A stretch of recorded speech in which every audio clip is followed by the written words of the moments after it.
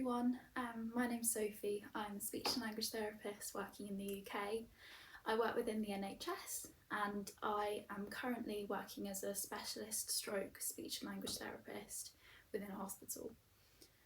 I wanted to put this video up to talk through a bit about the course and studying speech and language therapy, because I realised that not a lot of people know much about it, or you may not know people who are speech and language therapists, and you might want to find out a little bit more about what it's going to involve. It's potentially around that time of year people might be thinking about applying for the course, or they've just applied, they've got in. It varies, doesn't it, between different degrees, but I thought I might just put this all together so you can see what it might involve and whether it's something that you would like to do or not. So I've just got a list of things that I want to talk about, so I'll go through them one by one. The first one is the hours for the course. So for my year, this was the undergraduate course. In 2018 I started. We had 16 hours of lectures or seminars a week face to face on average. So we would usually have a couple of full days and then the rest would be half days. We would also sometimes have on top of that clinical placements, and I'll talk a bit more about that later. And we would also be expected to do quite a lot of independent work as well alongside that. It also varied slightly from year to year for me. I think I had a bit more in my last year doing dissertation and that kind of thing. But my uni experience was also impacted by COVID, so it was slightly different, but I will just give a bit of an overview. In terms of sort of time, so my course started at the end of September and it ran through until December.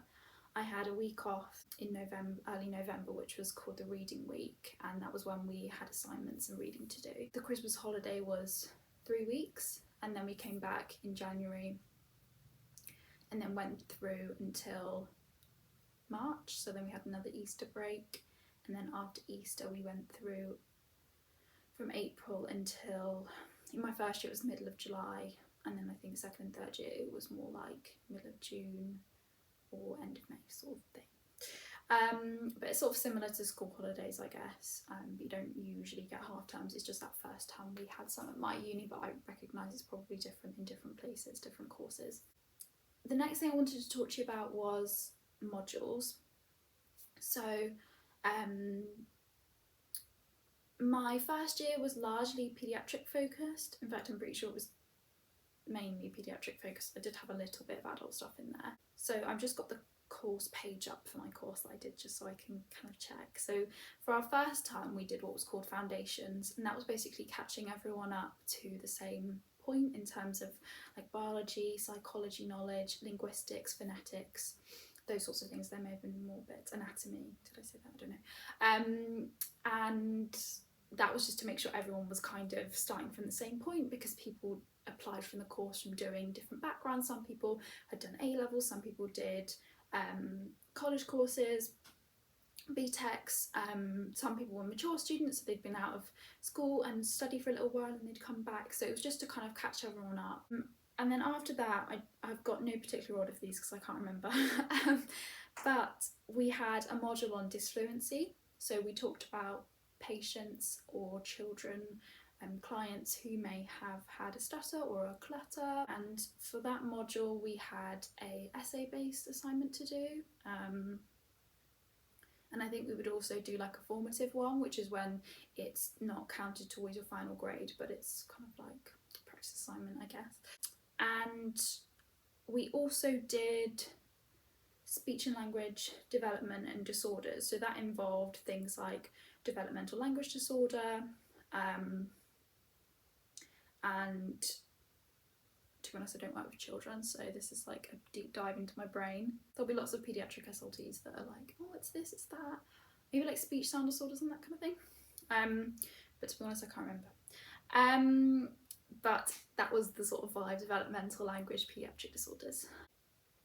So they were our kind of clinical modules. Alongside that we had a practice education module, which is like a placement module, and that involved us being allocated a previous service user who we would go and visit either on our own or in pairs, and basically like have a supported conversation with them, learn about their experience, having speech therapy, having a language disorder. For that placement they were all adults, so the patient that I saw, or client, sorry, not a patient anymore, had aphasia, so it was getting to know like how she'd experienced the sort of early stages of it, like how she's managing now, talking to her about communication aids, that kind of thing. And you would do that for, I think it was like an hour we used to visit them for every week, so that was then on top of our clinical hours.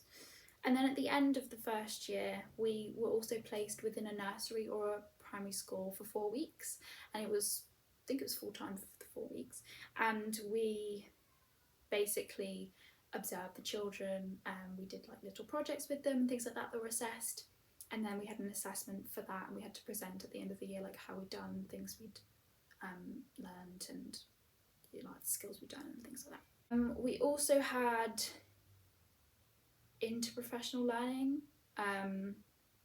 which was like learning to work as an MDT basically.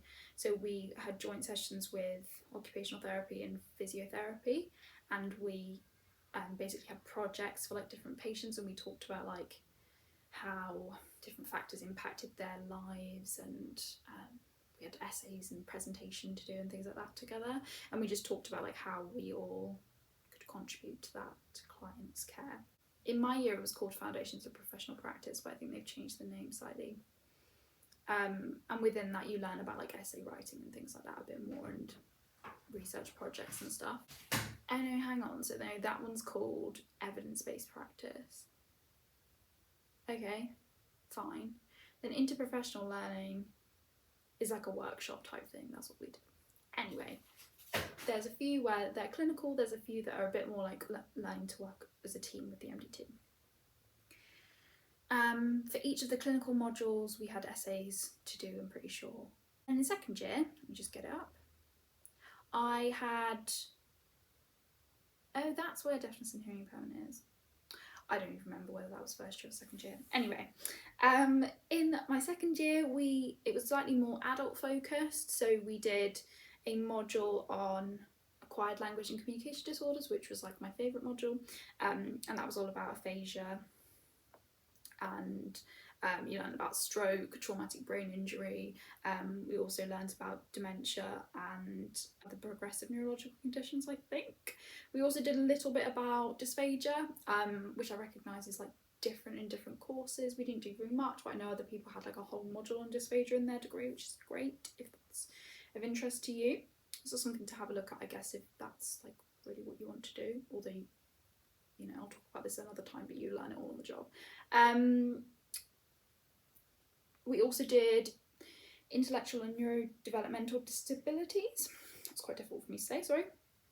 And we learned about autism, learning disability. We learned about profound and multiple learning disabilities in children and adults. We learned about how to support their communication, and again, I think we had written assignments for that module too. They were all quite sort of essay based, I guess, but we did also have some presentations and some like interpretation stuff we had to do of data. Apparently we did deafness and hearing impairment that year, unsure, but here we are. There was another evidence-based practice module. I don't really remember anything about it. This may have been when COVID hit and we didn't do too much of this. I think it was a lot of like research methods and that kind of thing. And then I actually didn't have placement in second year because of the pandemic. So my placement was supposed to be in April 2020. Yeah, I was really excited because it was exactly what I wanted, and unfortunately they all got cancelled because of COVID. So I will talk about that later, but it ended up being my third year. So my second year was a bit different, but in theory you'd have a block placement in second year, and I know lots of other courses you have a couple in second year and stuff like that, but it just varies between programs. So that's second year. My knowledge of second year is quite limited because, as I say, it was a bit all over the place, and it was also quite a long time ago. And I've learned a lot of information since then. And then third year, we did disorders of the oral and vocal tract, which was really interesting. So that was all about voice disorders. And yeah, it was really good. So I think for that one, it was all online at this point. So we had to do like an online presentation talking about a treatment or sort of therapy program for a voice disorder. So like muscle tension dysphonia or something like that. Interesting. We also learned about cleft palate and other craniofacial abnormalities. We then did motor speech disorders and a bit more dysphagia. So we learnt about dysarthria and apraxia, and we also learnt about dysphagia. There was also a little bit of dysphagia around children, but not too much. I think it was a couple of lectures because it's quite specialist. For that module, I also think we had to do sort of like a essay style answer talking about a particular therapeutic approach. Yeah, that was also one that I really enjoyed, but it was hard because we were learning online. But that's no longer the case, so there we go. And then in the placement of the, like, aside from my year being dodgy because of COVID, ordinarily you would then have another block placement. I think mine was around Christmas time, just after Christmas time. And it would be like 8 weeks, for example, this time. I had my second year and third year placements put together, so it ended up being like a 10-week block. But again, you can get more or less depending on the courses you go to. But overall, it has to add up to like a certain number of clinical hours, according to the Royal College, I think, or HCPC. But obviously your uni will sort that, so you don't need to worry about that. And then there's dissertation. So that's like the last module that you'll be doing. And yeah, so it works differently in different hospitals, universities, as I've said. So for me, I was part of a group, and we did a group project related to like a topic, and then we could all come up with our research questions based on that topic. Other universities is more of like a what do you fancy doing? You get assigned to an educator supervisor who is specialist in that area, and then you come up with a question and a project you want to do. It's a bit more independent and varied, I guess. Who knows? So yeah, that's kind of like the years, and then after that, obviously, then you're out in the big wide world, and you apply for speech therapy, hopefully. I've kind of spoken about assignments throughout that, so generally they were essay based, but we had some that were presentations, some that were placements. So when you're on your placements, you have a assessor from the uni that comes to meetings with your practice educator, and they will chat to them about your progress and that kind of thing. You might have assignments you need to do and particular competencies for that placement that you'll get given by the uni, and you look at with your practice educator, who is, if you don't know who that is, that's the person at the placement setting who's supervising you. So the last thing then, I'll go into this a bit more then, was about placement. So in my first year, it was a lot more observational. So you weren't necessarily with speech therapists, it was more like just learning about typical development or how people might be communicating who have communication disorders. And it's kind of just to get you used to seeing people with different presentations and different difficulties, and allowing you to kind of learn how to best interact with strangers, because ultimately, like, when you go on placement, you're meeting lots of people that you've never met before. So it kind of builds your confidence and independence in speaking to people you've never met before. And it also allows you to like feel like an autonomous practitioner, because you're kind of doing your own thing. Like, I had to take a couple of buses to get there, and you're being independent and just sort of having a go and knowing what that's like for you. So that was first year. When you get into your more clinical placements, you generally come up with some goals that you want to achieve, things you want to do for that particular placement setting. and then you will show those to your practice educator, who is like your supervisor, like I said, for that setting. And they support you to meet those goals, provide you opportunities to meet those goals. And the university also has, like I said, some guidelines and competencies and kind of like a mark scheme that you work to, and they support you to meet those. They support you to meet those goals and meet those competencies to the best of your ability. And ultimately you get like graded when the practice educator writes your report, and it's usually like graded from like not meeting this target to like adequately meeting this target to meeting this target at a good level, or meeting this target at an excellent level, that kind of thing. Yeah, so you get kind of like a placement grade, I guess. All of your grades are added together. So in first year, I think across the board in most courses, the grades don't count to your final grade. However, obviously you want to still do your best and try your hardest, but it's kind of the year to get used to writing academically. And then in second year, you will do your modules. They will all get added together, including the placement module, and then they will give you a grade. Don't know why that's so difficult to think of. Give you a grade. And then the same in third year, but then at the end of third year, your second and third year grades, or if you do a 4-year course, second, third and fourth year grades get put together and they make a final grade for you, and that's what you get when you graduate. So yeah, it's can be more intense, I think, if you do the masters, from what I've heard, because it's the same course content put into 2 years. But for me, I didn't find it overly intense. I felt like I still had a lot of time to